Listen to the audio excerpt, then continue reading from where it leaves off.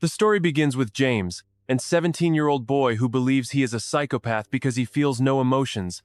He says he never enjoyed jokes or laughter. Even as a child, he was often annoyed by his father Phil's dad jokes and frequently imagined punching him in the face. When James was 9, he deliberately put his hand in a deep fryer, hoping to experience something new.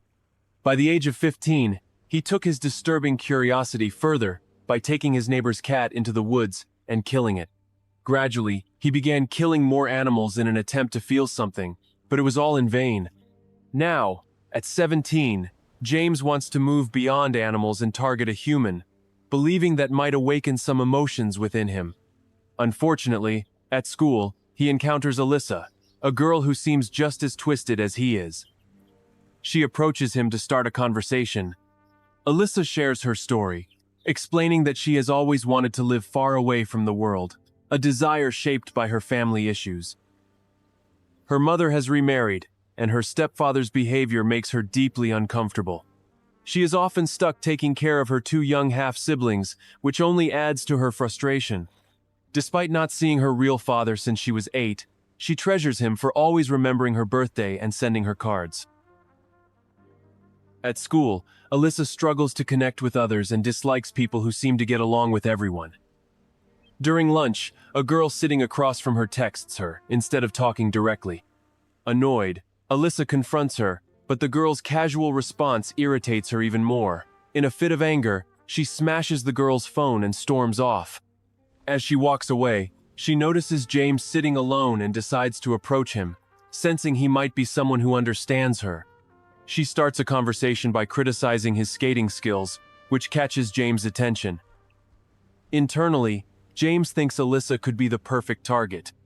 After school, Alyssa finds James sitting alone and assumes he has been waiting for her. He plays along, pretending to be interested in her, and she impulsively kisses him. While walking together, Alyssa mentions breaking her phone and points out that they can't text each other. James, completely unfazed, says he doesn't have a phone either and, in a flat tone, asks if she would go on a date with him. Alyssa agrees. They go to a local restaurant. When the waitress comes to take their order, Alyssa rudely demands a spoon. The waitress, offended, tells her that such language isn't allowed. Alyssa apologizes but then sarcastically says she wants a big banana. This enrages the waitress, who calls security, prompting Alyssa to storm out, swearing. James realizes Alyssa has her own mental issues. Later, Alyssa asks if she can come to James's house. He is surprised but sees this as a perfect opportunity to execute his plan. When they arrive, Alyssa finds the house strange, commenting on the large number of windows. She notices a picture and asks about it. James explains that it's his mother, who is currently in Japan. Alyssa then touches James inappropriately, which makes him realize that she is constantly preoccupied with thoughts of doing it.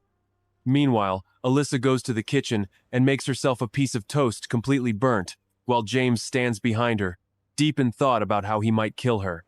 At that moment, Phil arrives home and is surprised to see Alyssa with James. He jokingly remarks that he thought James might be gay but is relieved to see he's straight. Alyssa, however, retorts that she doesn't think James is straight either. She believes he might be asexual. Later, on the rooftop of the house, Alyssa bluntly asks James if he has ever slept with a girl before. Internally, James decides that confidence is crucial in this situation, so he lies and says he has slept with many girls. Alyssa then casually tells him that she will come back the next day at 11, expecting him to sleep with her. The next day, at 11, James waits at home, fully prepared. He hides a knife, planning to kill Alyssa as soon as she arrives. However, even as the clock passes 11, Alyssa doesn't show up. Meanwhile, Alyssa is about to leave her house when her mother, Gwen, stops her and asks for help with a family function. Alyssa tries to explain that she needs to go somewhere important, but after Gwen insists, she reluctantly agrees. During the function, Alyssa serves sweets to the guests, leaving her exhausted. Midway through the event, her stepfather Tony offers her a drink. Alyssa coldly tells him not to expect anything from her, but Tony inappropriately touches her. Gwen notices this but says nothing. Alyssa realizes something is seriously wrong. Tony is crossing boundaries, and her mother's silence is just as disturbing. Furious and disillusioned, Alyssa decides to leave home for good. She puts on her real father Leslie's jacket and runs away, heading straight to James's house. At James's place, Alyssa storms in, still fuming. She takes off her shirt and sits on the couch. James, observing her quietly, tries to retrieve the knife he had hidden. Alyssa abruptly asks if he wants to leave town and go somewhere far away with her. James, realizing he needs to be patient if he wants to kill her, agrees to her plan and says he's ready to go. Alyssa tells him to get his father's car. James discreetly slips the knife into his pocket. Together, they head outside. As James takes the car, Phil arrives home and is startled to see them. Without hesitation, James punches Phil in the face, knocking him down, and steals the car. As they drive away, Alyssa asks James if he is scared. He responds with slight hesitation, admitting that he might be just a little. Alyssa, on the other hand, confidently states that she isn't scared at all. This makes James reflect, thinking that she really should be scared. They both head to a gaming arena. Alyssa plays enthusiastically, fully immersed in the games, but James remains emotionless as usual, showing no reaction. At one point, Alyssa jokingly suggests that James put his tongue in her ear. Without much thought, James does as she asks. This behavior catches the attention of the arena manager, who, disturbed by what he sees, kicks them out. Afterward, they go to a fancy restaurant. After finishing their meal, Alyssa asks James if he brought any money. James admits that he forgot. Alyssa says that the money she had was already spent at the gaming arena. The two quietly leave the restaurant without paying, and fortunately, the staff doesn't notice. Later, as they continue their journey, Alyssa starts getting mischievous and begins to undress James while he's driving. Distracted, James loses control of the car, and it crashes into a tree. They both get out just as the car catches fire. James is worried, knowing the car was his father's lifelong investment. They begin walking on foot, with James now shirtless, trying to hitch a ride. Eventually, a van pulls over. The driver, an older man, offers them a ride, saying he's heading south and they can join him if they want. James is ready, but Alyssa becomes suspicious. The man tells Alyssa that there's a sweater in the back seat and asks her to grab it for James. He jokes about what they were doing in the woods. James says nothing inappropriate happened, and the man laughs, claiming he doesn't care he's not a cop. He mentions having served 5 years in the army and says he's heading south to buy a battle dog. He offers to call James's mother to inform her of their whereabouts. James replies that his mother is dead, shocking Alyssa. They stop at a restaurant. Alyssa asks James why he lied about his mother being in Japan. James says it's a long story. Alyssa admits she doesn't trust the man. Just then, the man returns with coffee and shows them pictures of his wife and children. Alyssa mocks the appearance of the man's kids, calling them potato faces, which is incredibly rude. James tries to stop her, but Alyssa, angry, storms out. James apologizes to the man and says he needs to use the washroom. The man agrees and also excuses himself. Alyssa, realizing she may have gone too far, decides to go back and apologize, but when she returns, both James and the man are missing. Inside the bathroom, the man begins inappropriately touching James while he's urinating. James doesn't resist. Suddenly, Alyssa enters and is shocked. She asks James if he's gay. James replies that he's not and that the man forced himself on him. The man tries to leave, but Alyssa stops him and demands his wallet, threatening to report him to the police and his family. The man hands over the wallet, which contains a large sum of cash. They go to a nearby hotel to spend the night. Alyssa goes to the bathroom. James, still considering killing her, takes out a knife from his boot. But then he hears her crying. The sound weakens his resolve. When Alyssa comes out, she calls home using the hotel phone. Tony answers. She asks to speak to her mother, but Tony dismisses her, saying Gwen doesn't care. Gwen stays silent. Alyssa returns to the room and asks James to hug her tightly. James complies. In that moment, it seems he might actually be starting to feel something. Meanwhile, James's father, Phil, contacts the police to report his missing son, initiating an investigation. The next morning, James and Alyssa leave the hotel. With no car, they're forced to continue on foot. Alyssa tells James she wants to go see her real father, Leslie. James agrees, but since the house is far, they decide to catch a train. Alyssa suggests they rest for a day or two before doing that. When James asks where they should stop, Alyssa simply replies, "Let's just keep walking." Along the way, they come across a large, abandoned house. It's clear that no one has lived there for a long time. Alyssa breaks the glass at the front gate and sneaks inside. James expresses concern that this could lead to trouble, but Alyssa dismisses it, telling him not to worry. Inside the house, they find a photo of the owner. Alyssa jokingly sticks her chewing gum on the picture. The two sit by the pool and eat. In an effort to lighten the mood, Alyssa plays music and starts dancing. Initially, James hesitates, but after some coaxing, he joins in. When Alyssa tries to get intimate, James points to the photo of the house owner and says, "He's watching us. We shouldn't do this." Frustrated, Alyssa calls him boring and walks out. Outside, she meets a black man who introduces himself as Tuir. She finds his name odd, and he explains that his real name is Christopher, but he prefers Topher because he considers himself weird. Alyssa finds this interesting and impulsively kisses him, then invites him inside. Meanwhile, James waits with flowers, experiencing emotions he's never felt before, a deep discomfort. Soon, Alyssa returns with Tuir and tells James that she's going upstairs with him. For the first time in his life, James feels heartbreak. He experiences the overwhelming emotions he had longed for.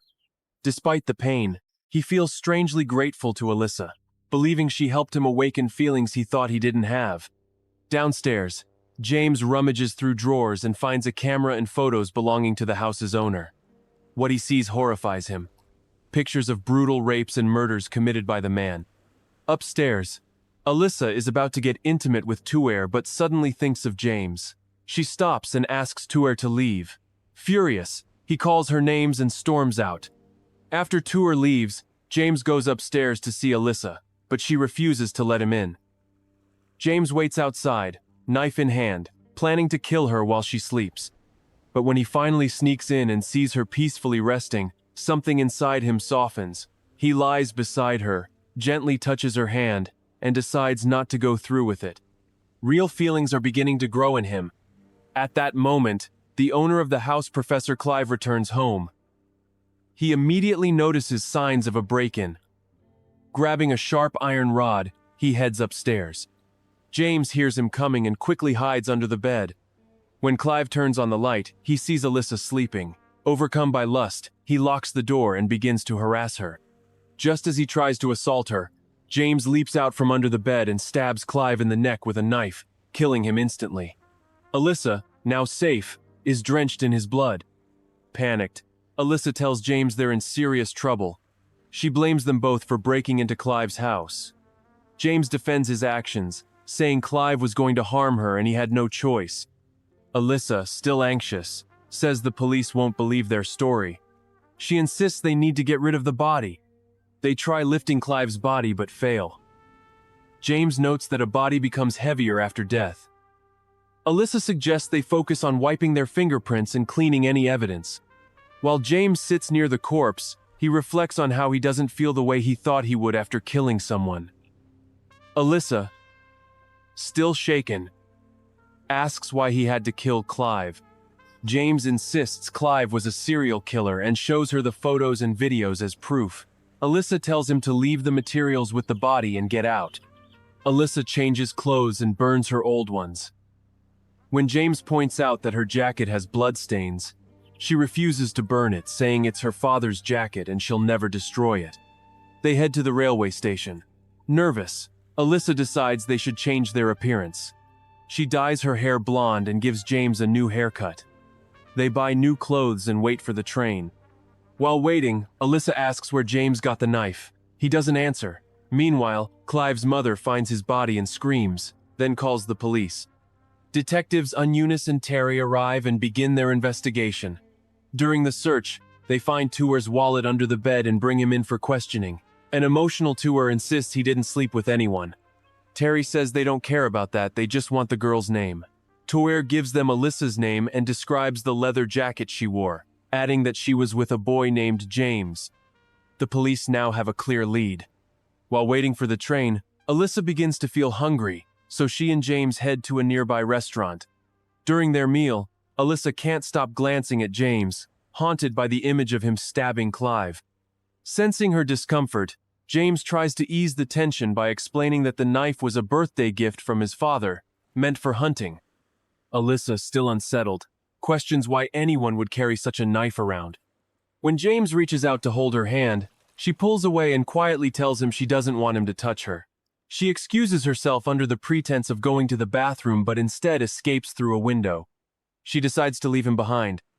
James waits for her for a long time before realizing she's not coming back. For the first time, real emotions stir in him. He starts to understand his father more, the way he used bad jokes to hide the pain of losing his wife. Desperate and overwhelmed, James approaches some street thugs and begs them to beat him up. When they refuse, he offers them money. They agree, and the beating leaves him bloodied but strangely enlightened. Afterward, James gains clarity. He realizes he isn't the psychopath he thought he was. He does have emotions. In a moment of resolve, he calls the police and tells them he has information about a murder. The story flashes back to 11 years earlier. Young James is in the car with his mother, asking if they can go feed the ducks. His mother, visibly depressed, hugs him tightly and tells him she loves him very much. Unknown to James, she intends to end her life. When they arrive at a nearby pond, she sends James out to feed the ducks. As he walks away, she drives the car into the water and drowns herself while James watches helplessly from the shore. Back in the present, James sits at the police station, deep in thought. When the officer begins questioning him, James diverts the topic, claiming that his mother's death was not a suicide, it was murder. The officer corrects him, saying that it was a confirmed self-harm act. James continues to play the role of someone emotionally unstable. The officer, sensing something's off, dismisses him and lets him go. Meanwhile, detectives Terry and Eunice visit Phil for further information. They learn more about James's troubled childhood. Later, the detectives visit Alyssa's home. Her stepfather Tony immediately distances himself, claiming Alyssa is not his biological daughter. When Eunice asks Gwen for a recent photo of Alyssa, Gwen is unable to provide one. Observing Gwen's fragile mental state, realizes that the woman likely needs professional help. Meanwhile, Alyssa begins her period and heads to a store to buy undergarments. Realizing she has no money, she tries to discreetly steal them but is caught by the store guard. As he prepares to search her and call the police, a sudden distraction occurs. A parent outside has lost their child. The guard rushes to help, telling Alyssa to wait. Seizing the opportunity, Alyssa escapes. Outside, she spots the missing child and helps reunite the child with the worried parent. For a moment, she feels she's done something right.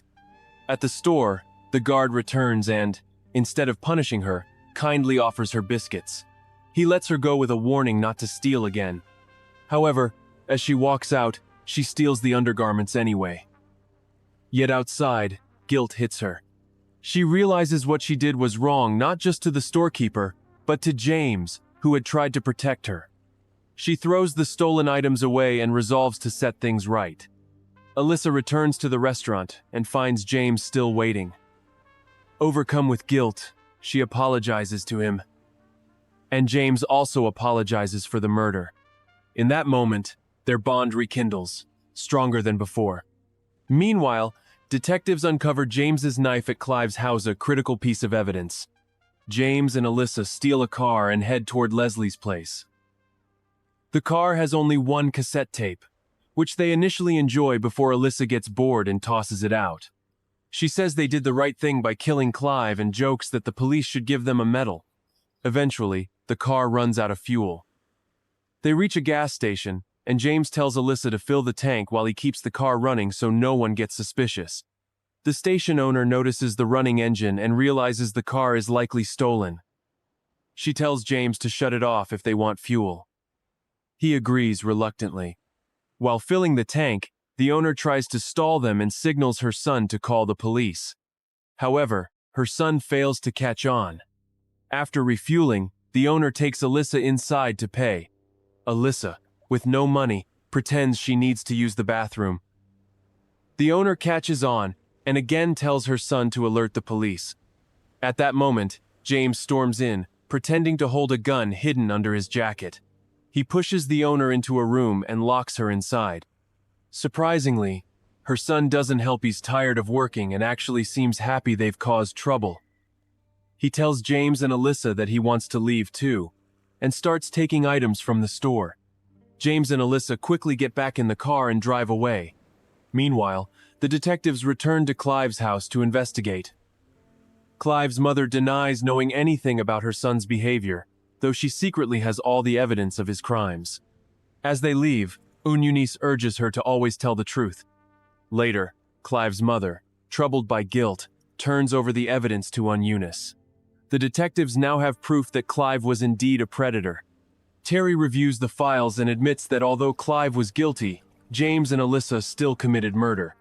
Alyssa and James finally arrive at Leslie's house, but a woman opens the door and tells them Leslie has moved. Alyssa starts to leave, but James asks the woman if she knows his new address. She does. Just then, the stolen car breaks down, and they are forced to continue on foot. Eventually, they come across a remote cabin at Leslie's new home. Leslie is surprised but happy to see Alyssa. He hugs her and welcomes both of them in. Alyssa introduces James as her boyfriend and asks if they can stay a few days. Leslie hesitates but agrees.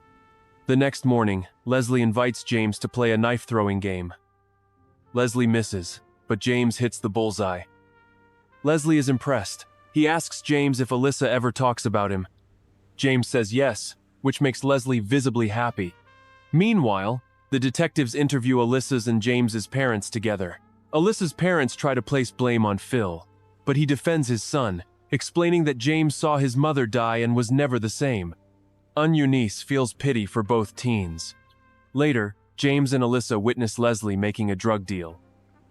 James becomes uneasy and suggests they shouldn't stay there, but Alyssa insists they're safe. Leslie defends his actions, claiming he's fighting against corrupt systems. To lift their spirits, Leslie takes them to a bar. While dancing, Alyssa thanks him for never forgetting her birthday and always sending cards. But soon, a woman enters the bar, Leslie's ex, with whom he has another child. She asks for school supplies for their son and confronts Leslie for hiding out. Alyssa is stunned.